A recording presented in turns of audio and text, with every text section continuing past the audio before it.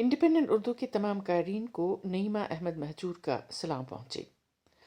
कश्मीरी हिरन का इर्तिका जिन सियासी और मौसमी हालात के पुरआशोब दौर से गुजरा है, इसके पेश नज़र इस मलबूस का आलमी फ़ैशन शोज़ में मकबूलियत हासिल करना न सिर्फ ताजरों के लिए खुशखबरी है, बल्कि तहज़ीब और विरासत को दुनिया से मुतारिफ़ कराने के बाइस कश्मीर के लिए बाइस फ़ख्र भी हैं।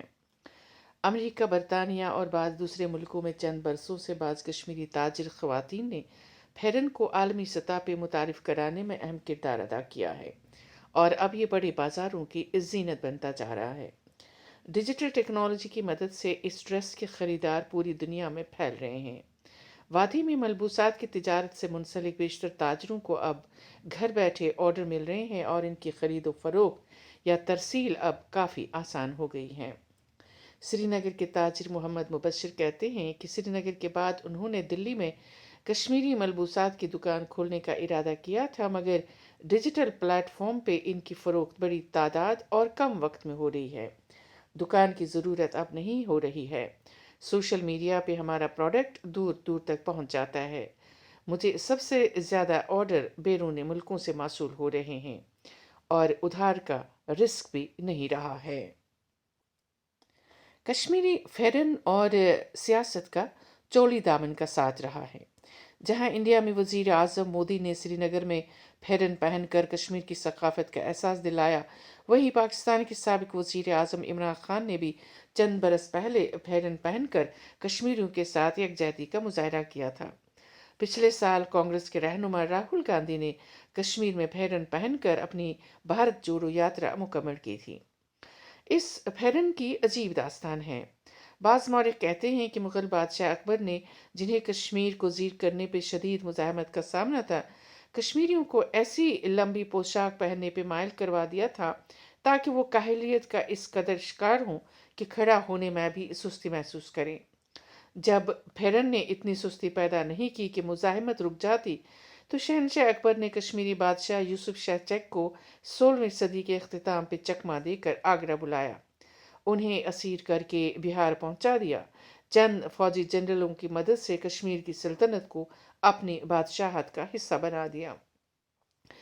यूसुफ शाह चक दौरान हिरासत इंतकाल कर गए और उनकी महबूबा मारूफ शायरा हब्बा खातून उनकी जुदाई के गम में वादी वादी भटकती रही। अक्सर कश्मीरी शहनशाह अकबर को गासिब हुक्मरान के तौर पर याद करते हैं, जिन्होंने इनकी ममलिकत छीन कर इन्हें हमेशा के लिए गुलाम बना दिया। वादी में फेरन का रिवाज पहले सर्दियों तक महदूद था, मगर फिर यह गर्मी के मौसम में भी पहने जाने लगा। जब इस पे बेल बूटे, कशीदाकारी, तिला साजी या सुनहरे तारों के डिज़ाइन बनाए जाने लगे, तो ये ख़वातीन की मामूल की पोशाक बन गई। फेरन के अंदर शदीद सर्दी से बचने के लिए अक्सर कांगड़ी तापी जाती है, जो यकीनन एक ऐसी कैफियत पैदा करती है कि उठने में कोफ्त के साथ इंसान सुस्त भी हो जाता है। शायद शहनशाह अकबर को कांगड़ी तापने का राज किसी ने नहीं बताया था। फेरन को वस्त एशिया के उलमाए दीन से भी जोड़ा जाता है, जिन्होंने 14वीं सदी में दीन इस्लाम की मुतारिफ कराने के वक्त कश्मीरियों को लंबी पोशाक पहनने की सलाह दी थी। मगर लद्दाख का चोगा या कश्मीरी पंडितों का लिबास भी फेरन जैसे ही है। अक्सर मौर्य कहते हैं कि ये मलबूस ज़माने कदीम से इस खत्ते में राइज था। इसमें मजहब और सियासत का कोई दखल नहीं रहा है।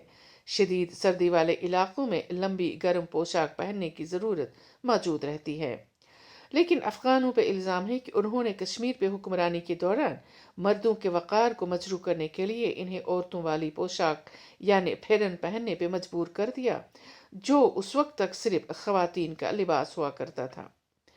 कश्मीरी फेरन सन 90 की दहाई के बाद खबरों की जीनत बना, जब सिक्योरिटी फोर्सेस ने बारहा लोगों की तलाशी लेने के वक्त फेरन उतारने का हुक्म दिया।